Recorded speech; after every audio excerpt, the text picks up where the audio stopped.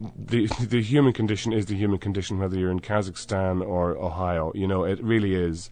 All of the major engines of anxiety and hope and love and want are all the same everywhere. There's no question about that. It's just the way people deal with them is differs. You know, some people employ religion, some people use materialism, some people use whatever it is that gets them through it. But you're very conscious when you're writing material that's what you're speaking to, are those drives. Yeah, always. Because I think you have to stay close to if you don't stay close to the emotion of something, you lose your way. I do anyway.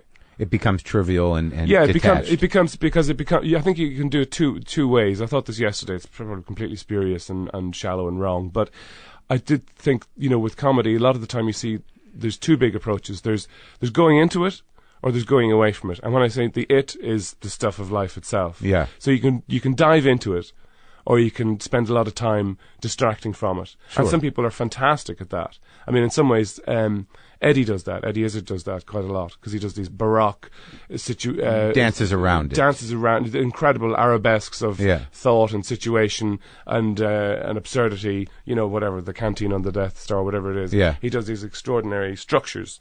A tiny piece of trivia, right, and makes it into something much more interesting than the original. But it's a journey away from. It's a journey away from. I mean, it's very funny. It's extremely funny. No, I get that. I'm sensitive to that. But it's too. not about. It's not particularly trying to put grapple hooks into an emotion or a difficult thing or a feeling that's difficult to. Well, isn't that really the sort of weird conundrum of being an entertainer versus being some sort of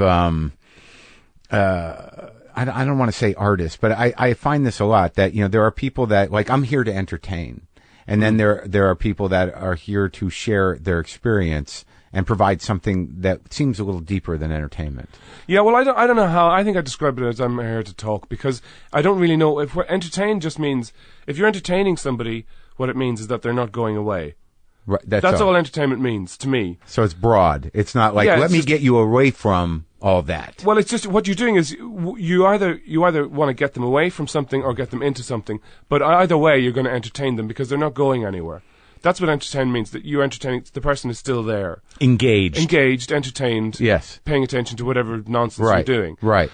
So presumably, whatever you're doing, you're entertaining them if they're still there. Right. So I think of it as just, I'm here to talk about this stuff. It's really, and you do want the feeling of having a conversation.